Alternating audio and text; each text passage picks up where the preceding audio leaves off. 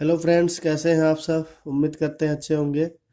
आज मैं आप लोग को बताऊंगा सांख्यिकी में कि वर्ग अंतराल विधि से माध्य और बहुलक ज्ञात की। तो वर्ग अंतराल यदि दिया हो और बारंबारता दिया हो तो माध्य और हम बहुलक कैसे ज्ञात करेंगे।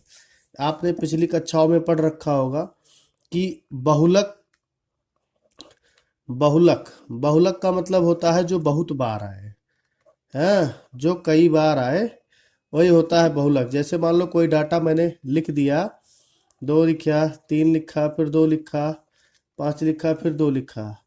अब इस डाटा में कोई पूछे इसमें बहुलक कौन है, तो बहुलक में देखेंगे आप लोग कि देखो ये दो, एक दो तीन बार आया है, तो इसमें जो बहुलक होगा वो बहुलक होगा दो, क्योंकि ये ज्यादा बार आया है। तो किसी भी डाटा में जो ज्यादा बार आता है वही बहुलक कहलाता है।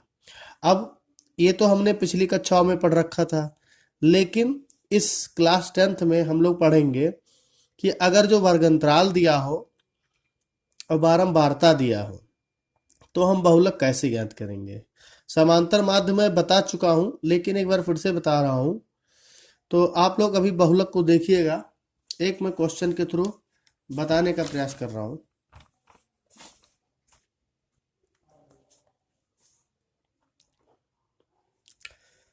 जैसे एक क्वेश्चन मैंने लिया है, बहुत महत्वपूर्ण क्वेश्चन है कि एक विद्यार्थी के एक समूह द्वारा एक मोहल्ले के 20 परिवारों पर किए गए सर्वेक्षण के परिणाम के स्वरूप विभिन्न परिवारों के सदस्यों की संख्या से संबंधित आंकड़े प्राप्त हुए हैं।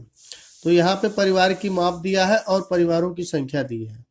तो आपको यहाँ बताना है कि बहुलक ज्ञात करना है। अब बहुलक कैसे ज्ञात करेंगे। अब देखिए, जैसे ये जो इस तरीके से दिया रहेगा, जैसे एक, तीन, तीन, पाँच, पाँच, सात। अब इन सब में देखेंगे आप लोग तो डिफरेंस जो दोनों में अंतर होगा, तीन और दो, तो ये अंतर समान होता है, तो ये वर्ग अंतराल कहलाता है। अब बात आती है कि इसमें बहुलक क्या है। तो इसमें देखेंगे कि एक और तीन परिवारों में जो सदस्यों की संख्या है वो 7 है, और तीन और पाँच में 8 है। पाँच और सात, तो सबसे ज्यादा क्या है, सबसे ज्यादा 8 है। तो हमें यहाँ पर सीखना यह है कि बहुलक कैसे ज्ञात करते हैं।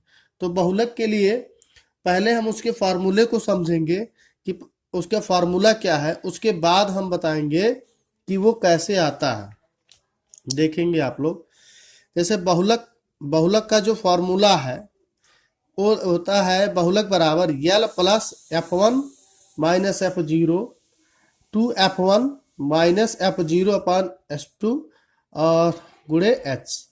अब इसमें जो L होता है उसे निम्न वर्ग कहा जाता है बहुलक का, और ये वर्ग अंतराल की माप होती है। और F1 जो होता है वो बारंबारता होता है बहुलक की, और F0 बहुलक के ठीक पहले की बारंबारता, और F2 बहुलक के ठीक बाद की बारंबारता। और इसमें से हम बताएंगे आपको कि कैसे चीजों को निकाला जाता है। जैसे कि अब एक चीज और बता दे रहा हूं, जैसे मध्य बिंदु निकालना होता है, हम x निकालते हैं। तो मध्य बिंदु निकालने के लिए xi निकालने के लिए ऊपरी वर्ग सीमा निचली वर्ग सीमा को जोड़ के और 2 से भाग कर देते हैं, तो यहां से मध्य बिंदु निकल जाता है। ऊपरी वर्ग को अपर लिमिट, इसे लोअर लिमिट। ये बात हो गई फार्मूले की। अब हम क्वेश्चन में देखते हैं कि कैसे पता करेंगे। अब हम देखेंगे, देखिए पहली बात तो ये कि इसमें बहुलक कौन है। बहुलक 8 है, F1। F1 बहुलक होता है जैसे यहाँ पर दिया गया है, देखिए। तो F1 बहुलक होता है क्योंकि जिसमें ज्यादा बार आया होता है, और उसका हमने बताया है कि जो L होता है वो निम्न सीमा होता है। तो जैसे दो सीमा दी गई है, ये 8 हुआ, और इसका जो है कि निचली सीमा जो है वो 3। ये हमारा हो जाएगा L का मान, और ये हमारा हो जाएगा जो है F1 का मान। क्यों? क्योंकि इसमें देखेंगे आप लोग तो 3 और 5 में के बीच जो है परिवारों की संख्या अधिक है, तो अधिक बार जो आता है वो बहुलक कहलाता है। अभी मैंने बताया था। तो F1 जो हो गया आपका बहुलक हो गया, जो 8 हो गया। और उसका जो निचली सीमा है वो L बताता है, वो L है, निचली सीमा L है। अब इन दोनों में अंतर, 3 में से अगर जो 2 को घटाओ, 1 को घटाओ तो 2 आएगा, 5 में से 3 2 आएगा, 5 में से 7 2 आएगा, 9 में से, तो सबको घटाने पर देखो हर जगह पर अंतर कितना है? 2 का। तो हमारा जो ये वर्ग का परिमाप है, वर्ग का जो परिमाप है वो कितना है? 2 आ गया। अब हम बात करते हैं F0। F0 का मतलब होता है वर्ग बहुलक के ऊपर की सीमा और बहुलक के F2 बहुलक के नीचे की सीमा। तो देखेंगे आप लोग तो बहुलक ये है, अब बहुलक के ऊपर की सीमा क्या है? 7 है, तो F0 क्या होगा? 7 हो जाएगा। यहाँ पर आप लोग देखेंगे तो F0 क्या हो जाएगा? 7 हो जाएगा, जो कि 8 के ऊपर है। और F2 क्या है? बहुलक के नीचे की सीमा, तो नीचे की जो है संख्या है वो ये है। तो यहां से मुझे सारे डाटा मिल गए,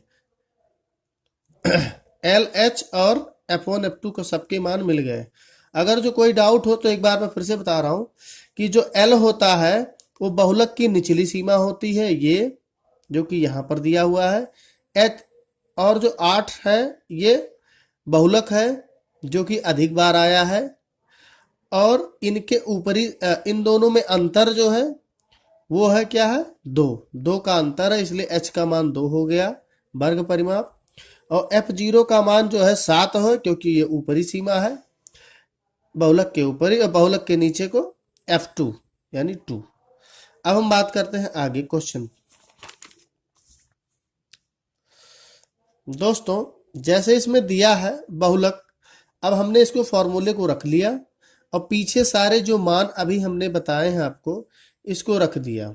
अब ऐसे हम इसे सॉल्व कर लेंगे। 8 में से 7 गया 1, और 9 8 दूनी 16, 16 का 16 हो जाएगा। अब जब जो चीजें माइनस में होती हैं तो दोनों जुड़ जाती हैं, तो 7 और 2 9 हो जाएगा। अब 9 में से जब 16 में से 9 घटाएंगे तो 7 आएगा, और वर्ग परिमाप ये तो यहाँ पर 2 दिया था, 2 से ऊपर गुणा करें, 2 एकम 2, तो ये कितना हो जाएगा? यह 2/7। अब हम इन्हें क्रॉस मल्टीपल करेंगे। क्रॉस मल्टीपल में इसका इससे मल्टीप्लाई करेंगे, इसे जोड़ लेंगे, तो 7 त्रिक 21, 21 और 2 21 और 2 23। अब इनको जो हम इनमें भाग करेंगे तो ये दशमलव बार जाएगा, तो दशमलव बार जाएगा, तो ये 7 त्रिक 21 3 बार गया, फिर आया। तो इस प्रकार भाग करने पर हमारा जो आंसर आया 3.286 आया।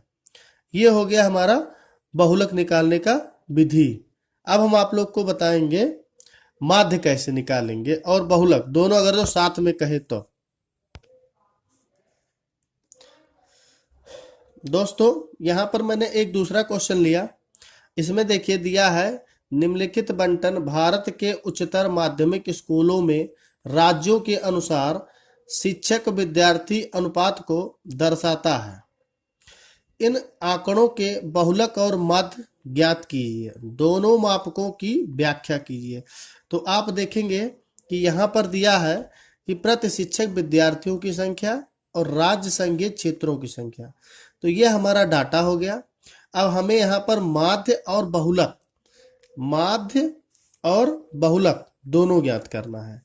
अब क्या करेंगे, तो इसमें देखेंगे अगर जो बहुलक अगर जो हम देखेंगे तो ज्यादा बार कौन आया है? ज्यादा बार ये आया है, तो ये हमारा क्या हो जाएगा? ये हमारा हो जाएगा बहुलक हो जाएगा, क्योंकि इसमें ज्यादा बार आया है। अब जो ज्यादा बार आया है वो हमारा बहुलक हो जाएगा। अच्छा, अब यहां पर जो जो ज्यादा बार आया है वो बहुलक हो जाएगा, तो इसे हम प्रदर्शित करेंगे किससे? बहुलक को हम F1 से, तो ये हमारा F1 हो जाएगा। और इसकी निम्न सीमा ये है, तो ये हमारा L हो जाएगा, L बराबर 30 हो जाएगा। और इसके ऊपर इसके ऊपर जो है जो होगा उसे हम F0 प्रदर्शित करेंगे और उसके निचली सीमा को F2। तो दोस्तों ये कुछ इस तरीके से हो गया है। हमने जो हमारा बहुलक है वो 10 है, इसे हमने F1 मान रखा है, और जो इसकी निम्न सीमा है L, इसको हमने L को ये 30 मान रखा है क्योंकि इसकी निचली सीमा लेना है मुझे, और बहुलक के ऊपर वाले को F0, बहुलक के नीचे वाले को F2। यहां तक बात आ गई है। तो अब हम लोग देखते हैं, पहले इस चार्ट को देखते हैं।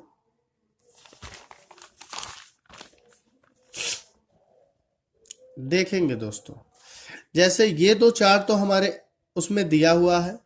अभी मैंने जो आपको बताया कि ये हमारा बहुलक हो गया, और ये बातें अभी मैंने आपको बता दिया कि उसके ऊपर वाला ये बहुलक का ऊपरी भाग और बहुलक के नीचे का बारंबारता। तो अब यहाँ पर L की वैल्यू तो मैंने आपको बता ही दिया है। अब यहाँ पर एक कहानी आती है जो है मध्य बिंदु की। तो मध्य बिंदु हम कैसे निकालते हैं दोस्तों, जैसे हमारा ये दिया है, तो दिया है 15 और 20, तो इन दो बारंबारताओं को जोड़ लेते हैं। जोड़ने के बाद 2 से भाग देते हैं, जैसे मैंने यहाँ पे लिख के कुछ दिखाया है आपको। देखिए 15 और 20 दोनों को जोड़ लिया, भाग करते हैं, दशमलव में आ गया। इसी प्रकार हम सारे को ऐसे जोड़ेंगे और 2 से भाग दे देंगे। भाग देने के बाद जो भी दशमलव में आएगा उसे हम इस डाटा में लिख लेंगे। अब यहाँ पर मैंने डाटा बनाया और इस डाटा में लिख लिया, इस कॉलम में। अच्छा, यहाँ पर बारंबारताओं को भी जोड़ लिया मैंने कि Fi कितना है, तो इसे सिग्मा Fi कहते हैं जोड़ को। तो सिग्मा Fi जोड़ लिया, तो इन सबको जोड़ने पर ये 35 आ गया। अब कहानी ये आती है कि हम जब ये हमारा क्वेश्चन थोड़ा सा कठिन हो जाए तो हम उसे तीसरे पग विचलन विधि से लगाएंगे, जो कि इससे आसान हो जाएगा। तो पग विचलन विधि में देखिए आगे क्या क्या होता है। वैसे मैंने पिछले वीडियो में बताया है कि पग विचलन विधि से कैसे माध्य निकालते हैं। इसमें आप लोग देखिएगा, जिनको नहीं समझ में आया पिछली वीडियो को एक बार देखें। अब जैसे देखिए ये हमारा मध्य बिंदु आ गया, मध्य बिंदु आ गया, तो देखिए ये 52 है। तो अब ये 17 और 52 के मध्य में जो आएगा उसी को हम मान लेंगे कल्पित माध्य। तो ये हमारा कल्पित माध्य है।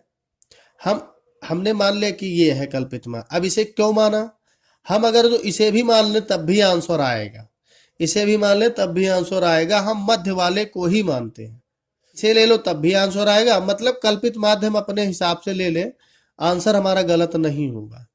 हमें मध्य को लेना है कल्पित में। तो जैसे मैंने ये कल्पित ले लिया, अब यहाँ पर हम क्या करते हैं कि इस कल्पित में से इन सबको घटाते से इनको आगे लिख लिया। देखिए 17.5 को पहले लिख लिया और इस कल्पित को पीछे लिख दिया। इसे हम कहते हैं DI बराबर XI माइनस A। मतलब कल्पित माध्य में से जब इस मध्य बिंदु को घटाएंगे तो जो ये आएगा उसे हम D बोलते हैं, डेरिवेशन। तो यहाँ पर इसको हम घटाएंगे तो दोस्तों जब छोटे में से बड़ा वैल्यू घटता है तो माइनस में आता है। तो इसी प्रकार हम ऐसे 17.5 में से हम 33.5 को घटाएंगे तो -15 आएगा। अब इसी प्रकार हम ऐसे घटाते हुए जाएंगे, तो हम 22 में से भी 33.5 को घटाएंगे तो ये -10 आएगा। फिर 27 में से 33.5 को घटाएंगे -5 आएगा। और फिर इन दोनों को आपस में घटाएंगे, 33.5 में से 33.5 को घटाएंगे तो 0 आएगा। अब यहाँ पर ये बड़ा है तो अब बड़े में से छोटे को घटाना है, तो 37.5 में से इसको जब घटाएंगे तो यहाँ पर 5 आ जाएगा। फिर 42.5 में से इसको घटाएंगे तो यहाँ पर 10 आ जाएगा। फिर 47.5 में से 33.5 को घटाएंगे तो 15 आ जाएगा। फिर 52.5 में से 33.5 को घटाएंगे तो 20 आ जाएगा। इसी प्रकार हम कल्पित माध्य को घटा देते हैं। अब घटाने के उपरांत जो हमारा आता है डाटा, जैसे ये आया 15 आया 10 आए, तो ये देखते हैं दोस्तों कि ये मल्टीपल किसका है। तो ये मल्टीपल हमारा देखो 5 का है, 5 10 15, 5 10 15 20। देखिए ये 5 के टेबल से सारे के सारे कट जाएंगे। चाहे तो ऐसे आप समझ लो, इसलिए हमने इसको h बराबर 5 माना, और चाहे आप यहां से समझ लो कि इन दोनों के बीच का जो डिफरेंस है, h बहुलक को निकालते समय हम लोग डिफरेंस निकालते हैं ना, तो जो डिफरेंस है वो कितना है, 5 है। 20 में से 15 घटाओगे तो 5 आएगा। सब में देखोगे 30 में से 25 5, सब में घटाओगे तो 5 ही आएगा। तो तो ये हमारा h की वैल्यू आ गई यहाँ पर 5। अब इस 5 को हम di से भाग कर देते हैं, इसे कहते हैं ui। ui बराबर क्या होता है, di अपॉन h। तो di बटे h को अगर जो हम भाग करेंगे तो सोचो दोस्तों, ये लिखा है 15, 15 में 5 का भाग करोगे तो कितना आएगा, -3।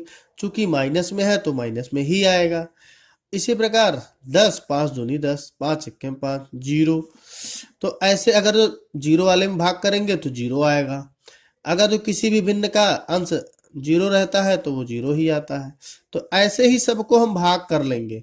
5 में 5 का भाग 1, 5 में 2 का 2, 10 का 2, 5 में 15 से जो भाग करेंगे 3 आएगा। फिर 20 का 4 में करेंगे तो 20 का जो है 5 से करेंगे तो 4, 5 चौके 20, 5 तिया 15, 5 दूनी 10, 5 1 5। इसी प्रकार सारे आ जाएंगे। अब जो ui की ये वैल्यू आती है, हम इसे बारंबारता से गुणा कर देते हैं। जैसे हमारा बारंबारता देखिए यहाँ पर ये 3 आया है, तो ये 3 है। अब इस 3 को इस 3 से गुणा कर देंगे, और जो आएगा वो हम लिख देंगे। तो यहाँ पे हमने गुणा कर दिया। तो यहाँ पर हमने क्या किया, गुणा कर, देखो 3 यहाँ पर है, 3 यहाँ पर है, तो 3 त्रिक का 9, -9, चूंकि ये माइनस में है। 8 यहाँ पर है, 2 यहाँ पर है, तो 8 दूनी 16, -16। इसी प्रकार 9 9 1 9, 0 से करेंगे तो 0 ही आएगा। 3 से करेंगे 3, 0 से 0, 0 से 0, तो 2 और 3 जो 4, 2 और 4 का गुणा करेंगे तो 8 आ जाएगा। अब दोस्तों ये जो डाटा आता है इसे तो हम ui कहते ही थे, तो fi को ui से जब मल्टीप्लाई करेंगे तो fi ui हो जाएगा। अब इनको देखिए दोस्तों हम कैसे करते हैं। इनको जो चिन्ह सहित रहते हैं, जैसे मान लो ये आया -9, तो -9 -16, और ये 0 का कोई मतलब नहीं होता है, इसलिए हमने 0 को छोड़ दिया है। और बाकी जो जैसे हैं प्लस में, देखिए इसके सामने माइनस नहीं लिखा है तो इसमें प्लस लगा के लिख दिया, इसके भी सामने जो है प्लस है तो प्लस लगा के लिख दिया। अब देखो इन सबको जब जोड़ोगे तो -34 आएगा, इनको जोड़ोगे तो 11 आएगा, घटा दोगे तो 23, यानी सिग्मा fi ui का जो मान आएगा वो 23 आएगा। अब -23 आ गया। इसे सिग्मा क्यों कहते हैं, क्योंकि हमने सबको जोड़ा, जो जैसे चिन्ह में था हमने उसको जोड़ा। अब आगे की कहानी में बता रहा हूं आपको। अब दोस्तों देखिएगा, हमने वहां से सारे डाटा को यहाँ पे इकट्ठा कर लिया। L मैंने आपको बताया था 30, F0 9, ये 2, F1 10, H5। अब वही बात फिर आ गई, बहुलक के सूत्र में रख दिया इसको। ये बहुलक का फॉर्मूला है, इसमें रख दिया। अब इसको इसमें से घटा दिया, एक आ गया 10 दूनी 20, और 9 3 12 हो गया, और 20 में से 12 8, 5 1 5, 8/5 को जो भाग कर दिया तो 6.25 आ गया, इनको जोड़ दिया तो हमारा जो बहुलक आया वो इतना आ गया। अब हम इसका माध्य निकाल लेंगे। अब ये जो माध्य निकाल रहे हैं इस विधि को पग विचलन विधि कहते हैं, इसको मैंने बताया था। तो दोस्तों a का मान कल्पित माध्य वहां आपने घटाया था, s तो वहां आपने देखा ही था, और सिग्मा fi ui अभी 23 निकाला हूं। सिग्मा fi ये देखिए बारंबारताओं का योग। अब इसका फॉर्मूला क्या होता है, x बार, इस पर बार लगा है तो ये माध्य हो गया। अब ये अगर जो बार हटा देंगे तो ये मध्य बिंदु हो जाएगा, क्योंकि ये फॉर्मूला थोड़ा सा अलग है। तो ये हो गया a sigma fi ui upon sigma f गुणे h। तो अब यहाँ पर इनकी वैल्यू -23 35। अब देखो दोस्तों इनको काटेंगे कैसे। 5 एकम 5, 5 सत्ते 35। 5 के टेबल में दोनों देखो 35, 5 और 7 का मल्टीपल है तो 5 यहाँ मल्टीप्लाई में है तो इनको इनको काट देंगे। 5 एकम 5, 5 सत्ते 35 और इनका गुणा 23 एकम 23 और 7 यहाँ पर है। अब इनको इनसे भाग कर देंगे 23 से। तो जब भाग कर दिए तो हमारा कुछ है 7 तरीके 21, यानी कि 3.28 आ गया। अब इसको 32 से घटा देंगे तो 32 देखो दशमलव के नीचे दशमलव लगा के हम घटाएंगे। यहाँ पर देखो जीरो की कमी है, क्यों? क्योंकि यहाँ 2 स्थान तक है। तो ये देखो 10, 10 में से 8 गया 2 और यहाँ पर 4, 4 में से 2 आ गया, 2 में से 2। अब फिर यहाँ पर आ गया जो है 12, 9, 2 और हाँ बस 29.22। ये हमारा हो गया समांतर माध्य। वीडियो कैसा लगा आप लोग कमेंट करके जरूर बताइएगा। जो भी समस्याएं होगी उसको बताइएगा और जिस टॉपिक पे परेशानी होगी बताइएगा दशमलव का, फिर आगे उसका हम बताएंगे।